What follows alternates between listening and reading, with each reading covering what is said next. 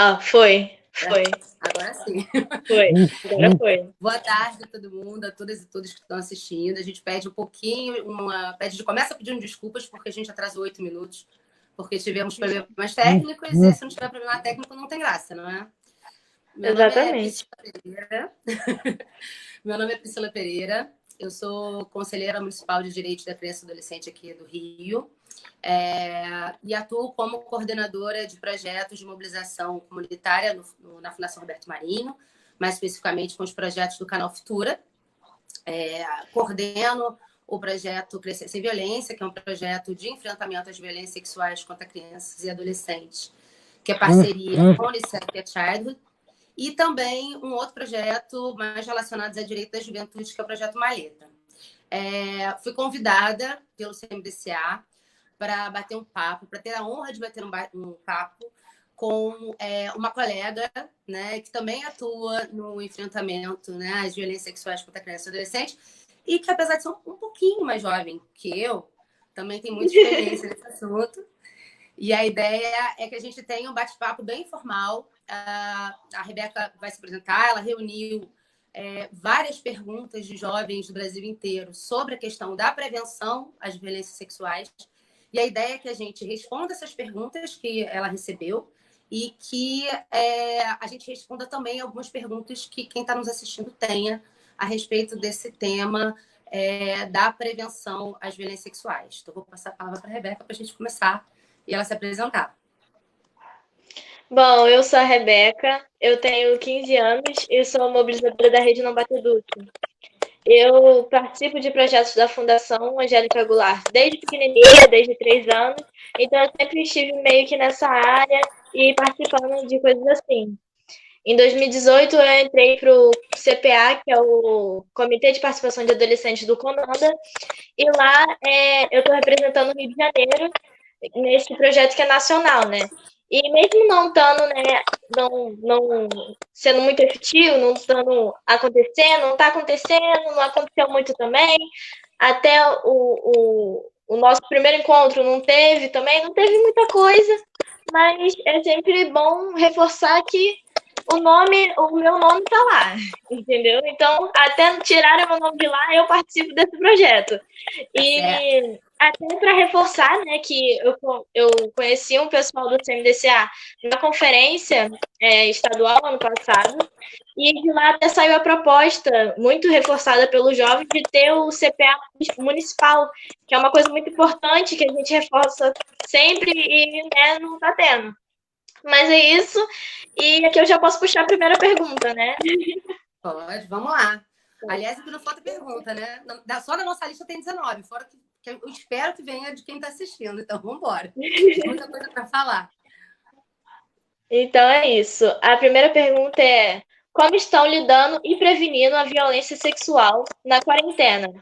Estão prendendo o abusador? Ou onde denunciar? O local certo que está funcionando para denúncia? Bem, vamos lá. O que a gente sabe, né, até aqui, é que, assim como todos os equipamentos públicos, né, a rede de atendimento e de encaminhamento de casos de violência sexuais também está sofrendo um impacto enorme. O sistema de garantia de direitos da criança e adolescente como um todo, né, está sofrendo um impacto enorme também por conta da Covid-19.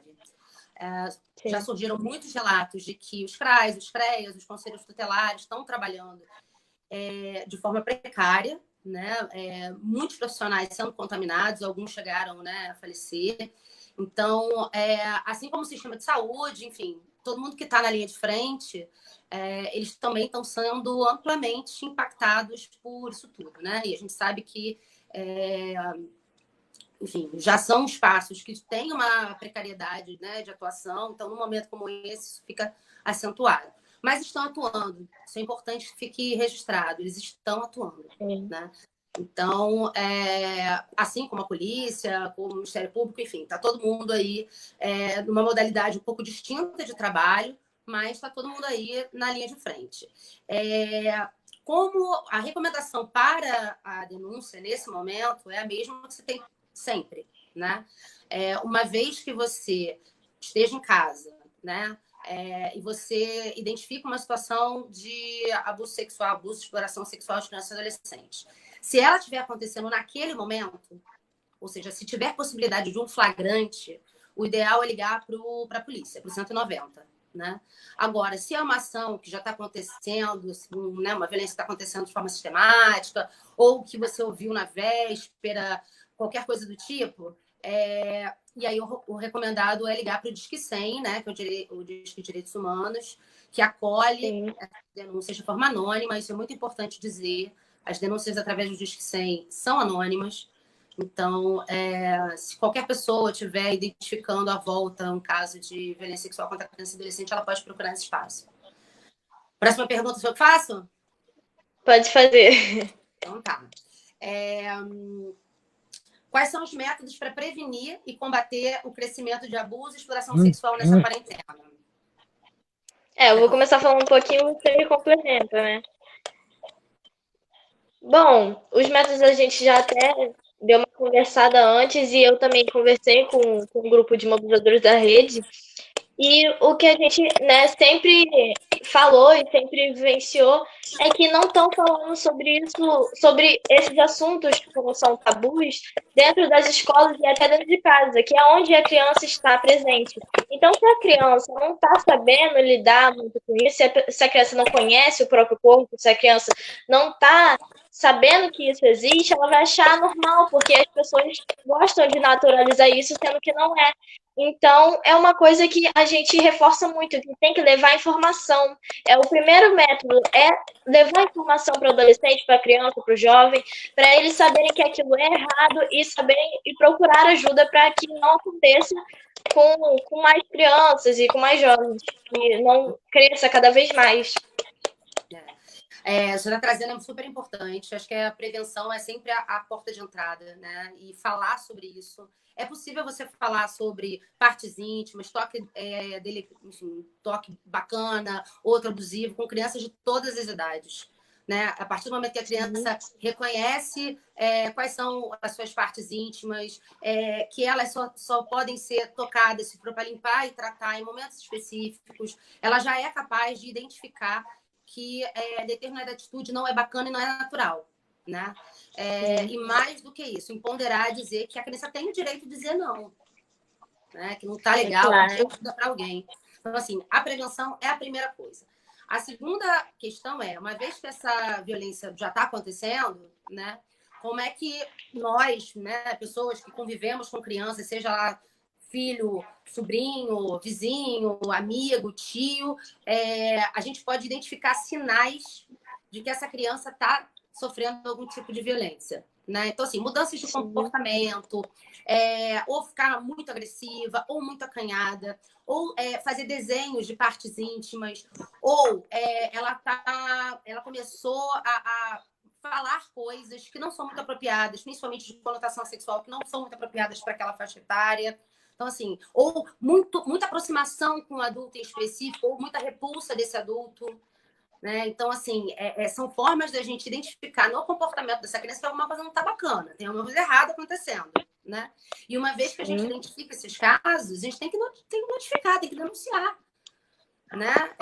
Porque senão a gente contribui para que essa violência se perpetue. Né? E aí, agora, nesse período da Covid, ainda tem duas questões que eu acho que são muito importantes a gente trazer. Né? Primeiro, que é o aumento do tempo que essas crianças ficam expostas à tecnologia, sem supervisão. Né? Muita gente, quem está conseguindo ficar em casa, né, quem tem o privilégio de conseguir ficar em casa num momento como esse, muitas vezes está lá no home office e tal, então, assim, está precisando fazer uma reunião, fazer um trabalho, a criança está ali, toma o celular, né? Enfim, tu fica naquela ela acaba tendo contato, né, mais tempo sem supervisão com tecnologias. E aí abre a porta para diferentes tipos de assédio, para a criança acessar conteúdo que não é, né, adequado para a sua idade, né? Enfim, tem uma rede aí que a gente sabe que existe de pedofilia online. Então, é super importante que a gente tenha um olhar atento.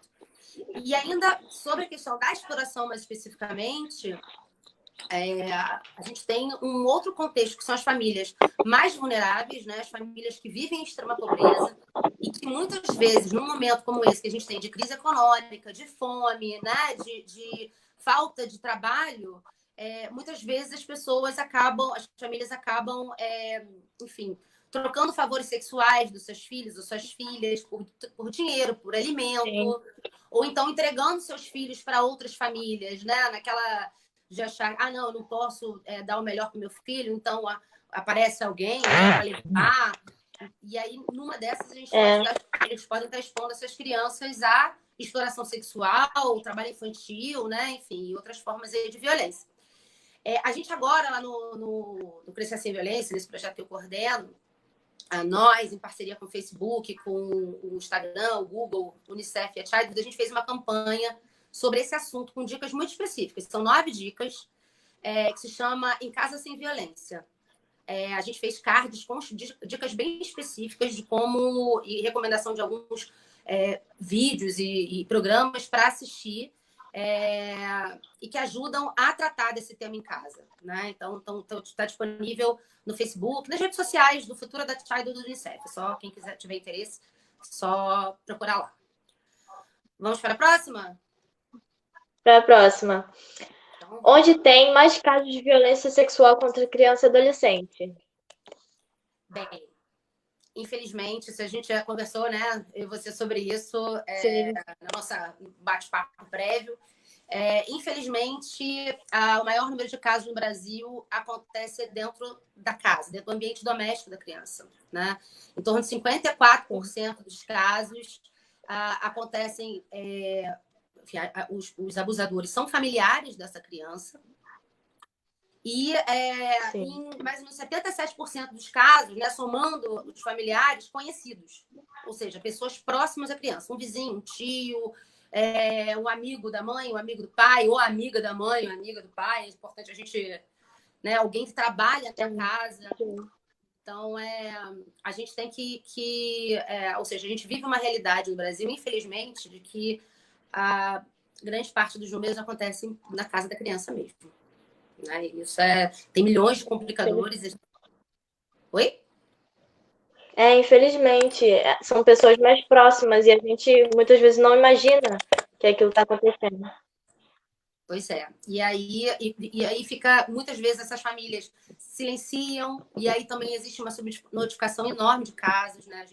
Existem estimativas que mais ou menos só 10% dos casos são denunciados, ou seja, a gente tem só uma ponta de um iceberg aí, e muitas vezes esse silêncio parte dessa vergonha, né? Dessa coisa do, é um problema da família, isso tem que ficar aqui, né? E aí acaba dificultando não só a penalização dos casos, né? Como também o acompanhamento psicológico, né, das vítimas. Exatamente. Vamos para a próxima? Então, vou ler essa então. Só a pessoa que foi violentada pode denunciar ou algum amigo próximo pode ajudar nisso? Vai lá, Rebeca. Como a gente conversou antes, é o que acontece. Me fizeram essa pergunta e eu fiquei até meio assim, né? Meio em dúvida. Mas você até me passou a informação que, como você falou na primeira, quando é flagrante, né? Quando tá ali acontecendo na hora, primeiramente tem que ligar para a polícia, né? Para conseguir pegar na hora e ser mais efetivo, né? Que aconteça mais rápido o processo até. Ou se é só uma suspeita, assim, uma coisa, né, que você acha ou que você tem certeza, mas não está acontecendo ali na sua frente na hora, você tenta achar um órgão que encaminhe isso direito para o conselho tutelar e tudo. Porque, assim, quando você é um adolescente e tem um amigo seu passando por isso, você não vai diretamente na polícia conversar sobre isso. Você vai chamar atenção na escola. Se a escola não te atender, fiquei sabendo que até o posto de saúde pode te ajudar nisso também. Então, você pode correr para o posto de saúde, pedir ajuda, qualquer lugar assim, uma ONG, tipo aqui na Pedra, tem a fundação também que dá essa ajuda, tem vários lugares, Vila Olímpica, essas coisas assim, sempre, né, devem encaminhar para o Conselho Tutelar para que ocorra esse processo, né? Muitas vezes não acontecem, às vezes passam por debaixo do pano, mas a gente tem que tentar, pelo menos, para, né, tentar ajudar. E tem uma coisa que é muito importante a gente frisar também, é que está lá no ECA, no Estatuto da Criança e Adolescente. Criança é prioridade absoluta, é dever de todo mundo. Né? Todos os equipamentos têm, né? Todas as instituições têm a obrigação de notificar. Então, a partir do momento que uma criança, um adolescente, um jovem pede ajuda, quem recebeu, quem acolheu essa denúncia, ela tem a obrigação. E não importa o grau de parentesco, familiaridade, nada. Ela tem a obrigação de encaminhar, sim. E é isso, assim, não importa. A criança, ela mesma pode pedir ajuda, né? Normalmente ela pede ajuda através de um adulto. A partir do momento que ela conta para alguém, já é um pedido de ajuda. Né? Então, não dá para a gente se calar e, não vou meter nisso não, isso não é problema meu, porque você está contribuindo para um ciclo de violências múltiplas que podem ter consequências imensas na vida dessa criança. Né? Então, seja num espaço formal, né? Ou seja, numa instituição, ou uma denúncia que é feita em casa, ou o filho o amiguinho da sua filha, o irmão, o seu sobrinho, quem quer que seja, a obrigação, todo mundo tem a obrigação de encaminhar e de denunciar. Próxima pergunta. Vamos lá. Essa foi uma pergunta que você me fez e eu fiquei de procurar a informação certinha, porque eu também não sabia. Vamos lá, e eu fui procurar as minhas fontes. Se eu sofri um abuso quando era criança, mas não consegui denunciar na época, eu posso pedir ajuda depois de grande? Bem, eu sabia que sim, né? Mas eu fiquei de procurar a lei para saber direitinho, né? Antigamente, no passado, o crime prescrevia quando a pessoa chegava na maioridade, né? Chegava a 18 anos, o crime prescrevia. Só que, mais ou menos, acho que foi 2015, se não me engano, entrou em vigor uma lei chamada Joana Maranhão, que é conhecida, né? Foi apelidada como Lei Joana Maranhão, em homenagem à nadadora, né? Que, enfim, sofreu uma série de violências do treinador e só foi denunciar anos depois, que garante que qualquer pessoa pode denunciar casos cometidos em até 20 anos de praticado.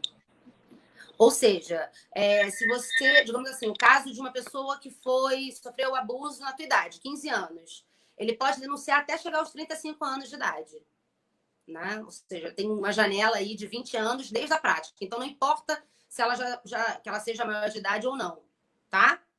Então, vou procurar isso para dar a informação certa. Próxima pergunta. Você lê ou leio? Você pode ler, pode ler. Então, vamos lá. A partir de que momento é considerado um abuso ou exploração sexual? É importante falar disso com os jovens? Então, gente, existe muita confusão em relação ao que é o abuso sexual. Muita gente ainda encara o abuso como ato violento, né? Ou seja, o chamado estupro de vulnerável, ou seja, com penetração ou com contato físico, né? Qualquer ação que é feita com contato físico. Mas não, né? É considerado abuso sexual toda ação que vise a um adulto a sentir prazer sexual com o uso de uma criança ou um adolescente, né? E isso entra uma gama de ações que são tão ou mais traumáticas quanto o toque físico, né? E aí a gente tem um mar de formas, né, desse tipo de crime acontecer. Então, vai desde o voyeurismo, ou seja, aquele adulto que se excita olhando uma criança tomar banho, por exemplo, o exibicionismo, que é ao contrário, né, quando ele gosta de exibir as suas partes íntimas para uma criança, casos por exemplo, de exibição de pornografia para uma criança, e aí quando o adulto se excita vendo a criança assistindo pornografia, né? Então, assim, a coisa do assédio, o assédio verbal, né? Então, a gente tem aí várias formas diferentes de abuso e exploração sexual, mas que passam sempre por uma questão do corte do desenvolvimento natural das etapas psicossexuais da criança. Ou seja, em algum momento, um adulto interfere no desenvolvimento natural dessa sexualidade, né? Seja através de exibição de conteúdo impróprio ou até mesmo de um ato físico, né? Sim. E é importante. É uma coisa que é muito comum, né? Oi? Uma coisa que é muito comum. É uma coisa que é muito comum, mas a gente não. As pessoas não falam sobre isso, né? As pessoas não comentam sobre isso e então acaba sendo muito fechado, muito um tabu, né? Realmente. Mas isso vem muito da ideia de que a criança não é sujeito de direitos, né? No Brasil é muito naturalizada essa coisa da criança como propriedade do adulto. Então, se ela é minha propriedade, eu faço o que eu quero, eu vou bater, eu vou abusar, enfim, porque é meu filho, com ele eu faço o que eu quiser, né? Meu filho, meu sobrinho, minha filha, enfim. Mas é parte dessa construção social, né? De que a criança e o adolescente não são sujeitos de direitos e por isso eles não têm voz, né? E uma vez que eles não têm voz, você pode fazer qualquer coisa com ele porque é seu, né? É propriedade sua. Sim, né? exatamente. E é isso que a gente precisa quebrar, né? Quebrar com essa lógica, né? Com ações preventivas, inclusive. Agora, outra pergunta. Eu leio ou você lê? Oi? Eu leio ou você lê? Pode ler, pode ler. Violência sexual é um crime de qual penalidade? Vamos lá. Existe, do ponto de vista penal, uma diferença entre o abuso, né, realizado com crianças de 14 a 17 anos, ou seja, que já pela média etária brasileira já estão iniciando a vida sexual, né? E as crianças com menos de 14, né? Para os jovens, né, já, né? Entre 14 e 17 anos, o crime ele tem até 12 anos de prisão, né? Ele prevê até 12 anos de prisão. Para os menores, né, que já é considerado o estupro de vulnerável, né, que como se chama na lei, ou seja, todo aquele que não tem condições de se defender, ele pode chegar até 15 anos de prisão. E é óbvio que vão tendo agravantes de acordo com cada caso, né? Mas a média é essa. Próxima. Agora é minha vez, né? A gente até já falou um pouco disso, né? Onde é o melhor lugar para pedir ajuda? Sim, eu dei os exemplos que o lugar mais próximo que você tá e você nem imagina, como uma clínica da família, uma Vila Olímpica, um lugar que você costuma frequentar, que tá ali para te ajudar e você realmente não sabe. Mas são esses lugares assim, né? Uhum. E aí, só para reforçar o que você está dizendo, né? A notificação é compulsória, está previsto na lei. Né? Então, assim, uma vez que o caso acontece, qualquer instituição que recebe denúncia, ela tem uma obrigação de encaminhar. A gente já falou disso, mas só para deixar marcado. Sim, reforçar. Qualquer esforço. E isso é muito importante, principalmente quando a gente pensa no contexto da educação. Né? A gente vive aí um momento super, né, de muita polêmica sobre o ensino de educação sexual, por exemplo, nas escolas, né? E muitas vezes a escola, enfim, as diretorias, né, as coordenações têm medo de tratar desse tema, fogem um pouco disso por achar que estão entrando na esfera do privado das famílias, por achar que uma vez que denuncie, a criança pode perder, de repente, o provedor, a pessoa que, né, que traz comida para casa, né? Mas não é assim, né? Situação nenhuma, a criança tem que continuar passando por violações dessa forma, né? Vamos lá. Uma pergunta boa agora. Abuso ou exploração acontecem só com meninas? Não. Não mesmo. Não mesmo. Acontece muito com menino também. E é uma dinâmica que, por vezes, é até muito mais perversa. Porque existe se com meninas já é um tabu imenso, com meninos é um tabu quadrado, porque tem toda uma ideia de que a criança que é abusada ela é homossexual, né? Enfim, ou que ela vai se tornar que enfim, a orientação sexual dela vai mudar por conta disso. Enfim, tem uma série de tabus, uma série de rótulos que são colocados, né, nesses jovens, nesses meninos. Então, a vergonha de falar, de denunciar é ainda maior. Muitas vezes esses abusos estão associados a brincadeirinhas que são feitas em vestiários, em viagens, enfim. Então, tem uma dinâmica que é muito perversa e quando essa ficha cai, cai de um jeito muito doloroso. Né? Sem contar o estigma que esses meninos ficam quando esses casos vêm à tona. Então, é bem sério. E também refletem, né, o encaminhamento desses casos, os traumas decorrentes desses casos, estão aí presos dentro de um contexto de masculinidade tóxica que a gente vive, né, no mundo, e especialmente no Brasil, e que é muito sério mesmo. Não? Então, que respondendo, a próxima já vai botar um pouco disso. Então, se por um lado a gente... Aí vem a pergunta seguinte. Se por um lado a gente tem todo esse estigma que é feito com os meninos que são abusados sexualmente, principalmente por outros homens, né? Ao longo da sua infância ou da sua adolescência, quando a gente tem... A pergunta seguinte é: por que é tão naturalizado meninos perderem a virgindade cedo e muitas vezes com pessoas bem mais velhas? Então, assim, se por um lado o menino que é abusado por um homem, né? Ele é tido como, rotulado como gay, né? E muitas vezes essa coisa, não, mas ele quis, ele seduziu, ele queria, né? E a revitimização que a gente fala. Quando se trata de meninos que são abusados por mulheres, isso vira para outro lado completamente distinto, né?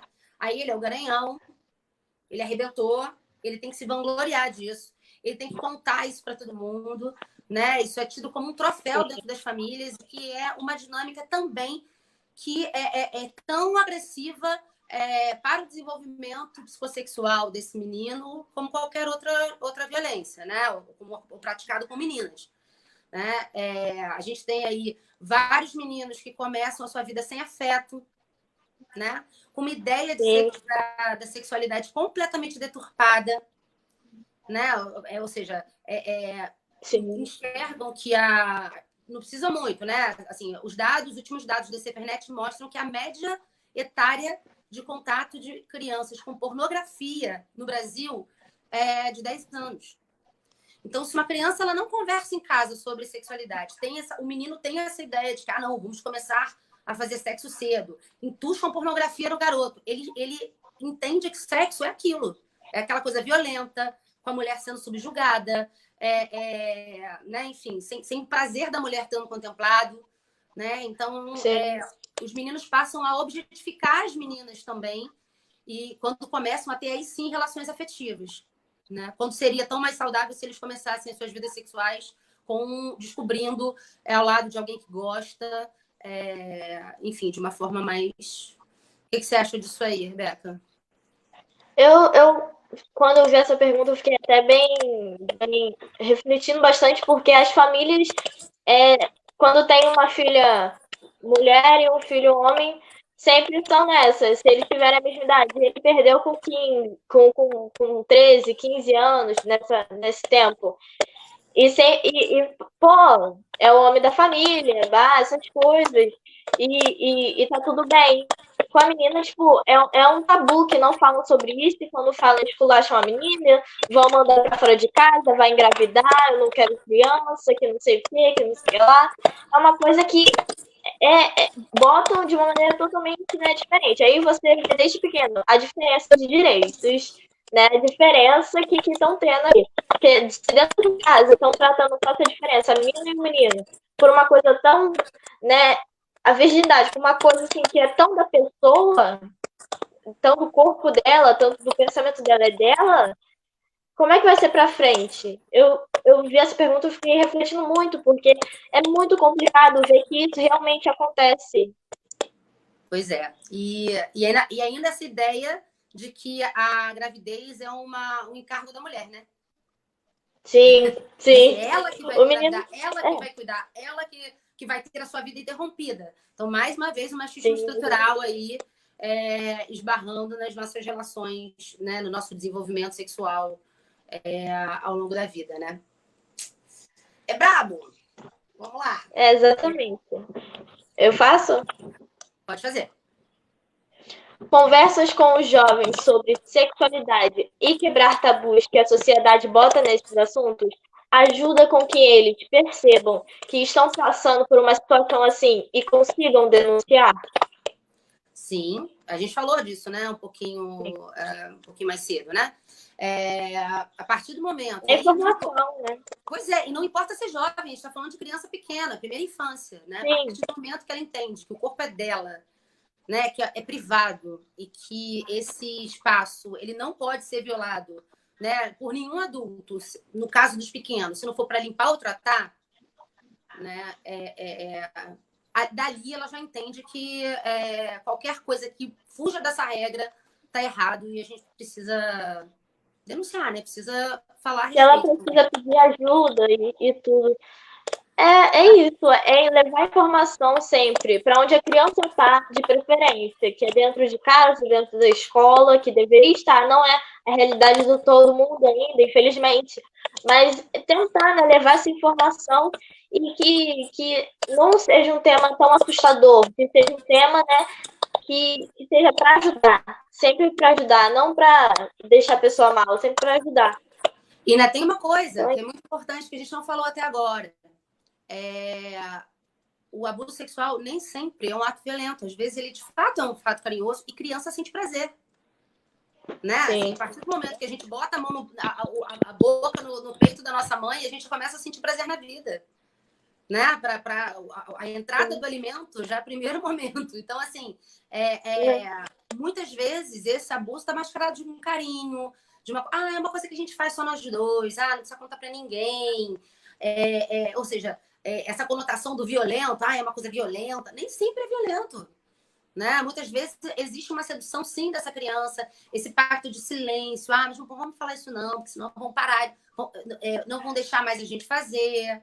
Né? Então, por isso a importância da fala aberta sobre esse assunto. Porque através do conhecimento, né? Do autoconhecimento do seu corpo, dos seus limites, que a criança, o jovem, eles vão perceber que não está bacana, que tem alguma coisa errada naquela relação, principalmente se for pedido silêncio. Né? Porque é uma chantagem, né, que sempre fazem. Exatamente. Uma chantagem, seja ela agressiva ou assim. Pois é, porque ali é nesse lugar do não vamos falar disso, não vão deixar, senão vão interromper, né? Não vão deixar mais que a gente faça, que a coisa acontece. Então, por isso a importância da nossa fala. Só mais uma coisinha aqui ainda desse tema. É importantíssimo, então, a gente reforçar o papel da escola, né? E dos outros espaços também de convívio das famílias para o debate, né? Então, os CRAs, os CREAs, os postos de saúde, que tem salas de convívio, enfim, as salas de espera, eles são espaços vitais para a gente conversar sobre isso com as famílias. Né? Então, não só com a criança. Né? É importante não só falar com a criança, mas falar com as famílias também, porque essa dinâmica abusiva, né? Historicamente presente na família brasileira, ela precisa ser quebrada e ela só vai ser quebrada a partir do momento que a gente dialogar com a sociedade como um todo sobre isso, né? Sim. Vamos lá! Próxima pergunta, que é uma pergunta quente. Depois eu faço. Pode fazer. Vamos lá. O abusador tem sempre um perfil? Não. Isso é uma coisa que todo mundo, né, fica pensando. Mas realmente não tem. Não tem. É sempre aquela pessoa que você menos espera. A pessoa que sempre está mais próxima de você, que você tem um relacionamento incrível e, na verdade, não é aquilo que você pensava, né? Muitas vezes acontece de ser uma pessoa mais agressiva, mas realmente, igual você falou, nem sempre é. Pois é, e aí a gente tem aquelas particularidades, né? Do tipo, ninguém se espanta com um homem, com uma mulher entrando com uma criança num banheiro e a criança aos berros, né? Mas se é um homem fazendo isso, todo mundo vai se espantar, né? Então, ou seja, a gente muitas vezes rotula, não, o abusador é o homem, não é. Né? E quando esse abuso é praticado por mulheres, isso é muito mais difícil. Porque também pela nossa cultura patriarcal e tal, sempre a gente tem uma ideia de que a mulher é a cuidadora da criança, né? Então, qualquer ato praticado pela mulher com a criança, não, ela estava cuidando, né? Então, essa é uma questão. A gente chama atenção para o fato de que muitas mulheres também são abusadoras. A segunda coisa é a gente diferenciar o que é o abusador comum do pedófilo, né? O abusador comum é aquele cara que ele tem essa construção social da criança e da mulher como objeto, de que vai fazer, ninguém vai se meter, é meu mesmo, ou então a vida dela vale menos, né? Então eu vou fazer e dane-se. É uma pessoa mais amoral, vamos dizer assim. O pedófilo é aquele que é doente, é uma pessoa que tem um desvio psíquico, que tem uma patologia e que ele precisa. E essa patologia é pautada na compulsão, né? Ela tem desejos sexuais e muitas vezes se apaixona mesmo por crianças pequenas, por um distúrbio psíquico e que precisa ser tratado. Porque ele pode chegar a ser um abusador ou não. Ele pode ter esse desejo incubado a vida inteira e não falar nada para ninguém. E nunca cometer. Agora, a partir do momento que ele comete esse ato, dificilmente ele não consegue repetir, porque ele tem esse comportamento compulsivo. É quase uma relação, por exemplo, do alcoólatra com álcool. Né? Sim. Assim, ele começar a beber, sempre vai querer mais, sempre vai querer mais. Exatamente. Então, por mais que ele saiba que não é legal, ele quando vê, tá ali já. Então, daí a importância da gente ter um tratamento adequado para essas pessoas, porque por conta da possibilidade de incidência de casos, né? Vamos lá. Realmente. A gente vai fazer uma pergunta, a gente já, na verdade, falou dela, né? Que é sobre a importância de conversar desde cedo sobre partes do corpo, né? Vamos para a próxima, então? Que essa é importante. Como a sociedade pode ajudar na prevenção do abuso sexual infantil, né?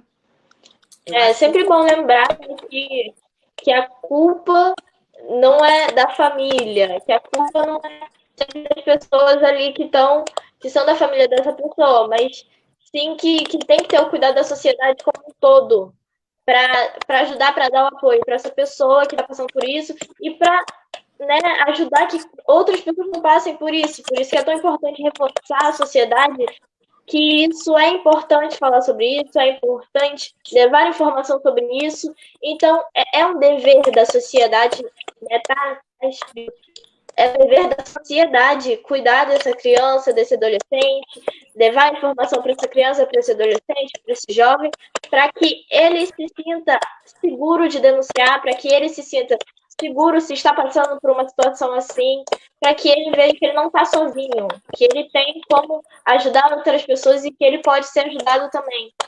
Então, é uma coisa que não é somente daquela pessoa ali, quando a gente escuta falar, a gente fala, problema deles, eles que estão passando por isso. Não é, todo mundo tem um dever ali nessa sociedade. Então... Pois é, assim, acho que tem uma coisa também, além do que você está colocando, né, que é dever de todo mundo, para além da coisa do ato sexual em si, né, da coisa da violência sexual em si, eu acho que tem uma coisa mais ampla, né, que a gente parar de banalizar a cultura de estupro no Brasil. Né? A gente vive numa sociedade em que o corpo da mulher é superexposto, né? Essa ideia o tempo inteiro de que a brasileira é gostosa. A gente é um dos recordistas de turismo sexual do mundo. E até bem pouco tempo atrás, orgulhosamente, ou seja, existia uma série de empresas, né, enfim, de turismo e tal, que exaltavam essa coisa do corpo da mulher brasileira, que vitimiza principalmente as mulheres negras. Isso é uma coisa importante da gente marcar, né? Essa ideia da brasileira fogosa, da que está aqui disponível para o sexo em qualquer momento, né? Que gosta do gringo vindo para cá, né? Essa ideia também das roupas, né? De que a garota com a roupa curta, com short, vestida da forma que quiser, ela tá ali porque ela tá disponível para o sexo, né? Que é também uma dinâmica muito perversa, né? Dessa cultura de estupro. A gente ter trabalhos de fortalecimento, né? Da rede de atendimento e de encaminhamento dos casos, né? A gente aí pensando do lado de política pública, né? perceber a importância de fortalecer esses equipamentos do sistema de garantia de direitos para que tenham um atendimento digno e salários dignos, estruturas, né? Principalmente para o acompanhamento de casos, não só para denúncia, né? Mas o acompanhamento psicológico, psicossocial, né? Na verdade, que é feito dessas crianças a partir do momento, crianças e jovens, a partir do momento que uma violência acontece, né? E o papel da sociedade na prevenção, porque não adianta a gente combater a violência quando ela já existiu. Né? A gente precisa prevenir. E a única forma mais efetiva até aqui de prevenir é falar sobre o tema, né? A gente falar sobre isso, né? E por fim, assim, acho que a gente não pode deixar de reforçar que essa questão da revitimização das crianças no processo, né? A partir do momento que uma denúncia é feita, uma criança pode falar 2, 3, 4, 5 vezes sobre o caso ao longo do processo. Muitas vezes na presença do abusador. Né? Então, assim, existem várias leis, né, que prevê a escuta especial, que é uma coisa que é muito importante ser feita, porque tem toda uma preparação e um acolhimento para essa escuta ser feita, e ela não precisa acontecer tantas vezes assim, né, expondo a criança. E também a questão do fortalecimento da rede como um todo, né? Que todo mundo, que todos os equipamentos se conheçam, saibam qual a função de cada um, para quem entrega a bola, né? Que essa formação muitas vezes não acontece pro profissional, né? Ele não sabe quem são os seus pares na rede dentro do sistema, né? Então, fortalecer a rede não só com estrutura, mas também com capacitação, né? Nesse sentido. E a próxima, qual é?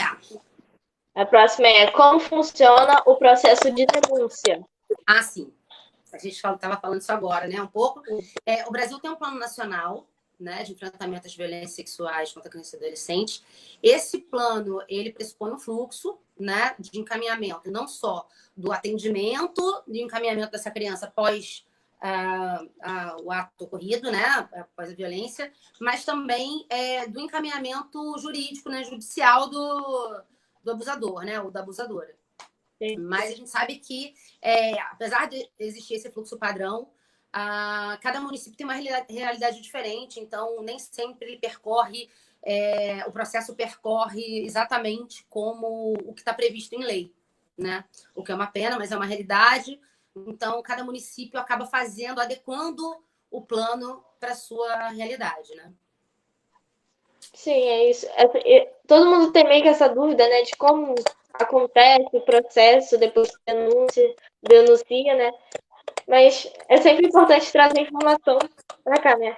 A próxima é como conscientizar e estimular as pessoas a fazer a denúncia. Bem, eu acho que a primeira coisa é entender a gravidade desse tipo de crime, né? Não só a violência sexual, mas qualquer violência contra a criança. Então, seja física ou psicológica. Então, acho que primeiro é conscientizar a sociedade para esse lugar que a criança é um sujeito de direitos, é um cidadão, né? Enfim, e que a gente precisa e que a proteção é dever de todos nós, independente da idade da criança. Então, acho que essa é a primeira coisa. A pergunta seguinte, vou dar uma aceleradinha para a gente conseguir responder as perguntas que mandaram, porque tem algumas. Que é o que fazer quando ninguém acredita na criança. Como a gente estava falando, é importante que a gente entenda que qualquer denúncia é denúncia. A partir do momento que a criança fale para você, né, conte um caso, ou que você perceba que ela, por exemplo, está fazendo um desenho que não é adequado, enfim, para observar e para encaminhar, né? Acreditar na fala da criança, né? Acho que é a primeira coisa. E aí a segunda questão, que eu queria que eu te ouvir mais, é a questão de fortalecer mesmo a participação da criança, do jovem nessa pauta, nessa discussão. E aí eu queria ouvir de você o que você acha nesse sentido.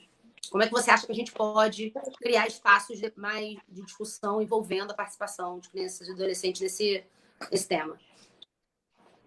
Exatamente. Para mim, assim, é uma coisa que, além da informação, tem que ter a criança participando de fato, que é aquilo que eu sempre trago, a participação de crianças e adolescentes. E ao todo, em todos os temas. E nesse tem que ter também. É uma coisa que tem que ter. Porque é o que mais acontece com a gente e a gente não fala sobre isso. Ninguém fala sobre isso. Então é importante a gente estar falando sobre isso, estar levando conhecimento, tá falando das nossas vivências, né, que já aconteceu com a gente. É impossível você chegar em mim e falar que nunca sofreu um assédio na rua. É uma coisa que é praticamente impossível você falar que nunca passou por uma situação, né, disso, vulnerabilidade.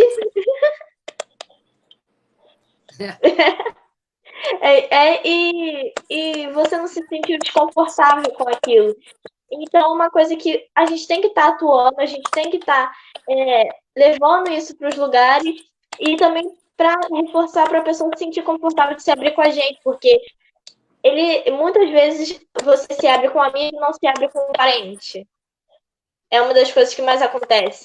Então, é para a gente já saber o que fazer, né? Para a gente estar ali presente para ser uma fonte de ajuda, de conhecimento de alguém que está precisando. É verdade. É uma representação, né? Não, e eu, sinceramente, eu particularmente acredito muito na educação entre pares, né? Então, acho que o jovem falando para o jovem, a criança falando para a criança tem um poder muito forte nesse processo de prevenção.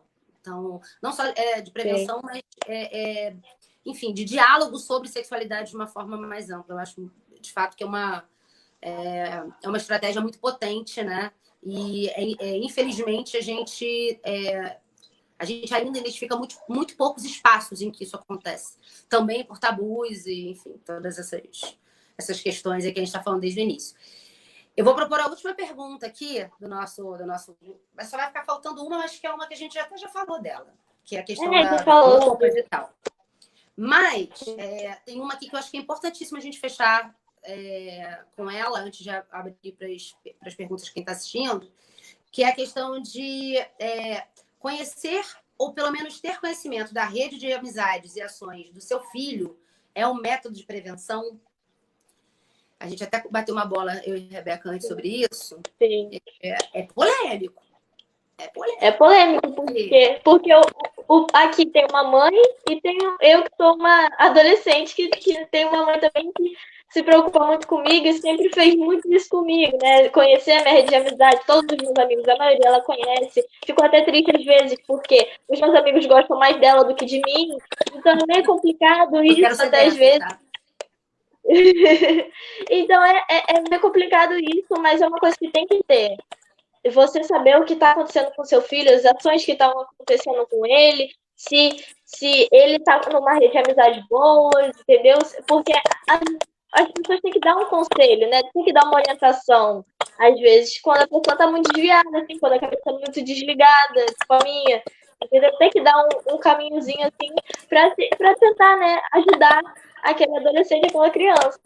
Aí você, como mãe, pode dizer um pouco mais sobre isso. Como é. Aí vem a polêmica, porque eu sou mãe, mas eu já fui filha, né? Já fui filha, eu sou filha ainda, né? Mas porque agora é um pouco diferente. E fui filha que aprontou, né? Existe uma linha muito tênue, né, entre essa relação dialogada, né, e a invasão de privacidade. Muitas vezes o pai e a mãe, na maior das boas intenções, ela acaba invadindo um pouco o espaço da privacidade e acessando anotações pessoais, o celular dos filhos, sem o consentimento, sem isso ser combinado. E isso acaba causando uma ruptura na relação de confiança entre pais e filhos.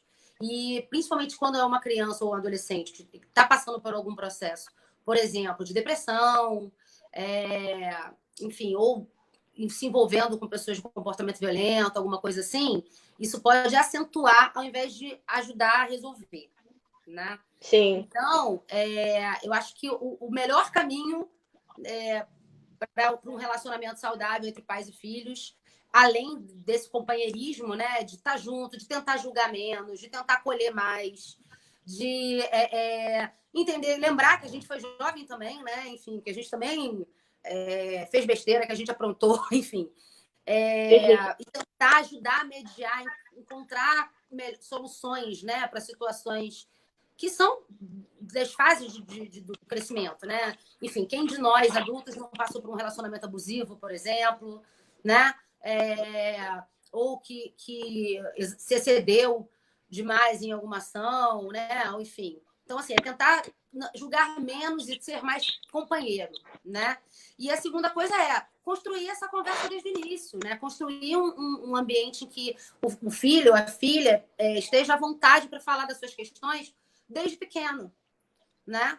Porque se você tem um ambiente de diálogo, esse companheirismo ele acontece naturalmente. O filho, a filha vão querer você perto, com seus amigos, né? E não forçar uma barra só no momento crítico, né? Ou seja, no momento de crise, quando você percebe que tem algum comportamento que não está bacana, você vai lá, intercede, faz literalmente uma intervenção, e isso pode sair pior, né, do que do ponto de vista da relação e também do ponto de vista da confiança, né,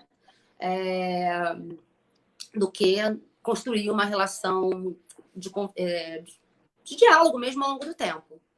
Sim. Certo? Vamos então para já que estamos nos minutos finais. Deixa eu abrir aqui, que a Priscila fez uma cola para gente. São 3 perguntas. A primeira, olha, gente, é só meus amigos mandando mensagem, não pergunta, gente. Então, a primeira é da Tatiana Azevedo, vulgo Tatoca. Tatiana, que trabalhou comigo, minha amiga. O que vocês indicam a pais que têm medos ou não sabem como falar sobre isso com seus filhos? Já existe muita literatura sobre isso, né? Há um tempo atrás, eu lembro que quando a gente começou a trabalhar essa temática lá no Futuro, a gente quase não tinha nada. Mas um material que eu indico bastante, que eu gosto muito, são os livros da Carol Arcari, né? O Pipi Fifi e De Onde Vêm os Bebês, que é um material, são livros super bacanas que falam sobre a questão da prevenção sexual e mais importante, que falam de educação sexual para crianças pequenas, né?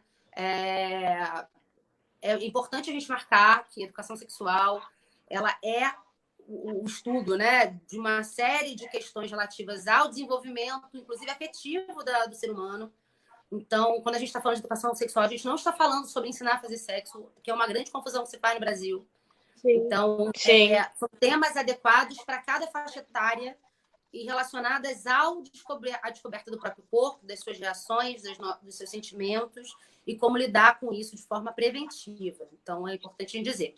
Então, esse é um material que eu super recomendo. Obviamente, recomendo o material do Crescer Sem Violência, né? As séries Que Exploração é Essa, Que Corpo é Esse, Que Abuso é Esse. Porque eu tenho que fazer um jabazinho, né?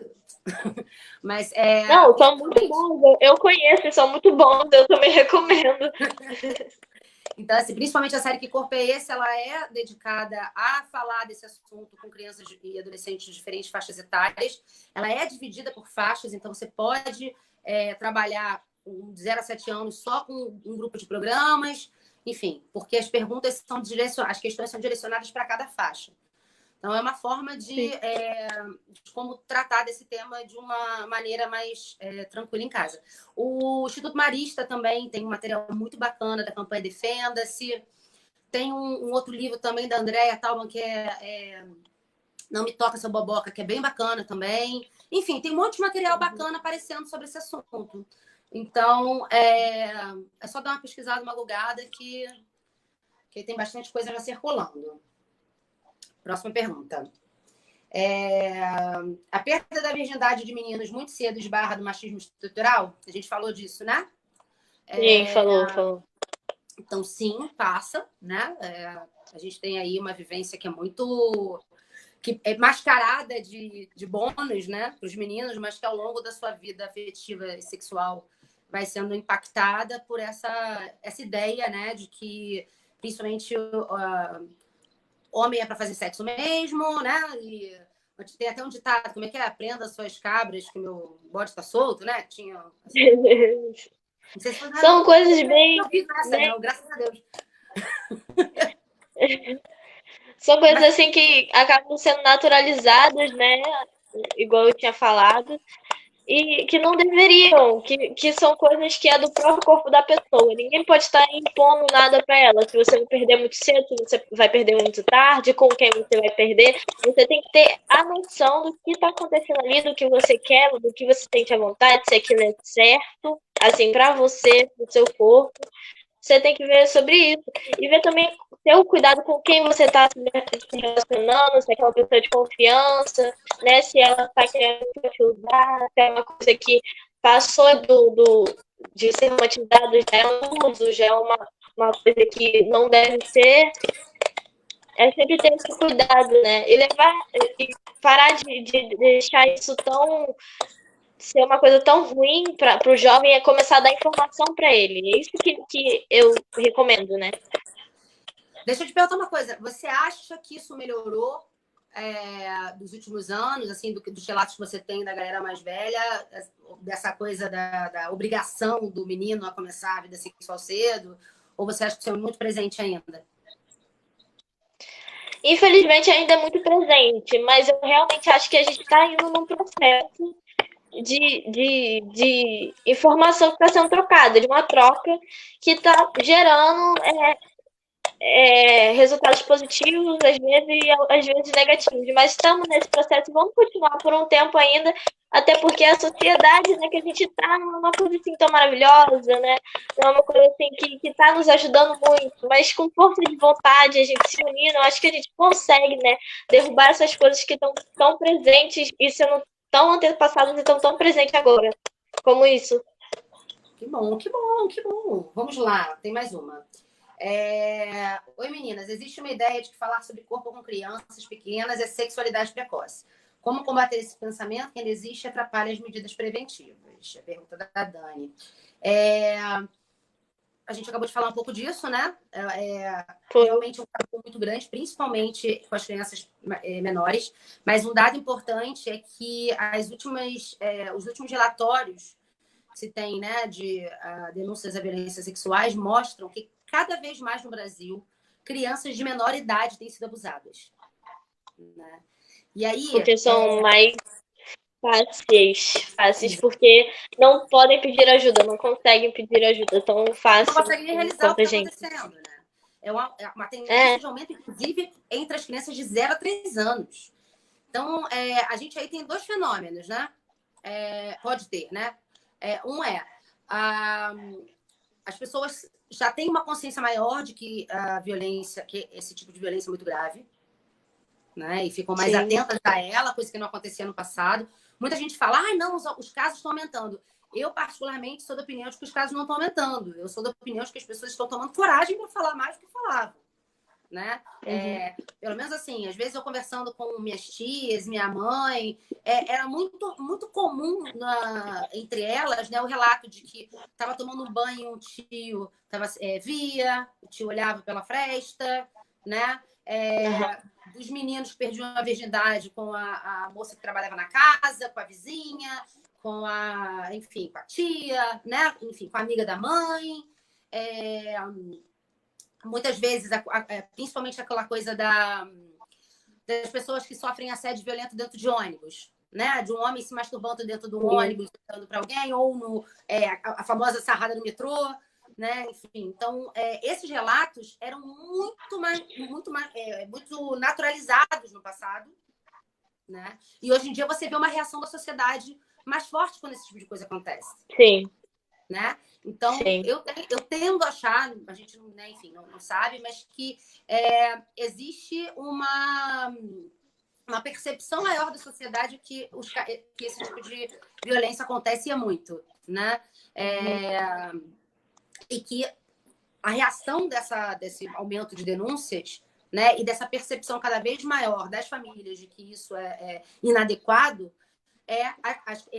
os abusadores começarem a se aproveitar das crianças menores, né? Porque eles ainda têm a incapacidade de fala. E se esse assunto é tabu com adolescente, faço ideia com criança na primeira infância, né? Então, de fato, isso atrapalha muito as medidas preventivas e principalmente essa ideia aí de que falar sobre sexualidade com a criança é dever da família, quando a gente sabe que os números todos apontam, né, para uma família que não é protetiva, né? Que a gente tem 77% dos casos cometidos com crianças próximas, né, dentro do ambiente doméstico, né? Então, é porque essa família realmente não está cumprindo essa função de Sem alertar e falar, de prevenir, né? Mas sem como falar é que da você culpa, pensa? né? Que sempre cai em cima da mãe, dessa mãe, né? Que ainda a sociedade põe muito que os filhos são responsabilidade da mãe. Então sempre a culpa tá caindo em cima da mãe, se a mãe que autorizou ela ficar rebolando por aí, a mãe que autorizou ela escutar essas músicas, usar essas roupas, a mãe que compra, que não sei o que, a mãe que agora cuide. E que tanto ficando grávida, tanto depois de passar por uma situação de abuso na rua, ou dentro de casa, ou com o vizinho. Sempre é a mãe que está recebendo todas essas críticas e levando tudo isso nas costas, sendo que é um peso que não é só dela, né? Que não é especificamente dela, que é uma coisa que foi meio que todo mundo indo abusador, né? Que o abusador sai sempre como, fez e tal, mas a menina pediu. Aí a culpa cai de novo para a pessoa que sofreu assédio. A culpa é da mãe que não cuidou, né? É o machismo estrutural mesmo, perpassando todas as camadas, né, dessas relações. E que são muito assim, são muito cruéis, né, para as mulheres de uma forma geral, para todo mundo, né, para crianças, adolescentes, mas para as mulheres em especial e mais especificamente para as mulheres negras é muito cruel, né? É muito cruel. Sim. Por isso a gente precisa prevenir, né? Exatamente. Eu acho que a gente está chegando no nosso tempo. Acabou de bater 1 hora. Acabou de bater 1 hora, eu vi aqui também. Acabei de receber aqui o sinalzinho da última hora. As pessoas perguntaram aqui o nome dos livros e as autoras. O Pipi Fifi para crianças e o De Onde Vêm os Bebês é da Carolina Arcari. São livros da editora Caqui. Tá? Vale muito conhecer o trabalho da Carol. A Carol é a nossa consultora lá do Crescer Sem Violência. Ela tem um trabalho exemplar de educação sexual para crianças em todas as idades. Vale muito conhecer o trabalho dela. Principalmente como ela organiza as informações por faixas etárias. Então, vale muito a pena conhecer todo o trabalho dela. A Carol é uma pessoa que está sempre na mídia, enfim, ela participou várias vezes do programa da Fátima Bernardes também. Uma pessoa muito legal, assim, muito acessível também. O outro, que é o Não Me Toca Seu Boboca, é da editora Letria, tá? Da Andrea Tauban. Enfim, o Defenda-se, da Rede Marista, né? Que é uma série de animações. Tem no site do Marista, tem no YouTube também. E os programas do Crescer Sem Violência, né? Que é o Que Corpo é Esse, Que Exploração é Essa, Que Abuso é Esse. Eles estão disponíveis também gratuitamente, tanto no YouTube quanto no Futura Play, né? Que é uma plataforma de vídeos do Futura. Todos eles estão lá também disponíveis, inclusive em áudio descrição em Libras, né? Que é uma coisa importante também, né? Pela estatística, em torno de 10% dos... a Priscila está pedindo para ter passado por escrito, mas agora já foi. Eu tô adoro, mas eu mando para você. E é importante frisar também, né, a grande vulnerabilidade que crianças com algum tipo de deficiência têm, né, em se tratando de violências sexuais, né, pelos números oficiais, em torno de 10% dos casos de violência sexual contra crianças e adolescentes acontece com essa parcela da população. Então é importante também fazer um trabalho preventivo com eles, né? Sim. Isso, sim, Rebeca. importante. Tem mais alguma coisa para falar? Algum recado? Alguma coisa importante? Alguma recomendação? Eu queria deixar só uma reflexão, né? Para você que é pai, que tá assistindo, ou você que é um adolescente, tá a fim de saber dessas informações, ela deu os sites e tudo assim. A rede também participa muito efetivamente de temas assim, e o nosso principal tema é educação sem o uso da violência, né? Que existem várias outras formas. Então, eu sou da Rede Não Bater Duque, no Facebook, no Instagram e no YouTube é Não Bater Duque, e nosso site é redenãobatedute.org.br, tudo junto e minúsculo. E se você quiser mais informação, eu tô por lá e é isso. Gente, peguem informação, gente, dê informação, troquem muito conhecimento, aproveitem que a gente tem agora, que é essa plataforma digital, né? Que agora está mais fácil de mandar uma mensagem, de trocar o conhecimento. Por favor, não troquem notícias falsas, fake news, né? Como chamam hoje em dia, que é uma coisa que está muito em alta e está prejudicando muita gente. E é isso, gente. Eu queria dizer que foi um prazer enorme te conhecer. Na verdade, a gente não se esbarrou aí por qualquer coisa, né, até então. Porque, né, enfim, a gente aí tá juntas em muitos espaços, né, comuns. Mas que bom que a gente teve a oportunidade de trocar essa bola. Fiquei muito feliz de te conhecer. E dar muito parabéns, né, para toda a equipe da Fundação Angélica Goulart pelo trabalho. Estão cuidando muito bem desses jovens. Todos super empoderados, com cabeça aberta, excelente. Dizer que eu também estou à disposição. Agradecer muito ao CMDCA pelo convite. Eu acabei de assumir Sim. E já ganhei essa função. Né? Então, assim, agradecer muito a confiança, principalmente da Maria América. E a primeira live, não sei se você sabe disso, é a primeira live que o CMDCA faz do Rio. Nós estamos estreando esse espaço. Nós somos bem privilegiadas. Pois é, olha a responsabilidade que a gente teve. Eu espero que todo mundo tenha gostado. E dizer que eu também estou aí à disposição para falar do tema, tá bom? Só me procurar lá no Futura ou no próprio CMDCA, que a gente está sempre por aí, disposto a conversar sobre esse assunto tão importante. Tá bom? Então, obrigada, adorei a conversa, viu? Aprendi muito com você. Também, obrigada por tudo, viu? Beijo, querida. Tchau, tchau. Beijo. Gente. Obrigada aí que assistiu. Tchau.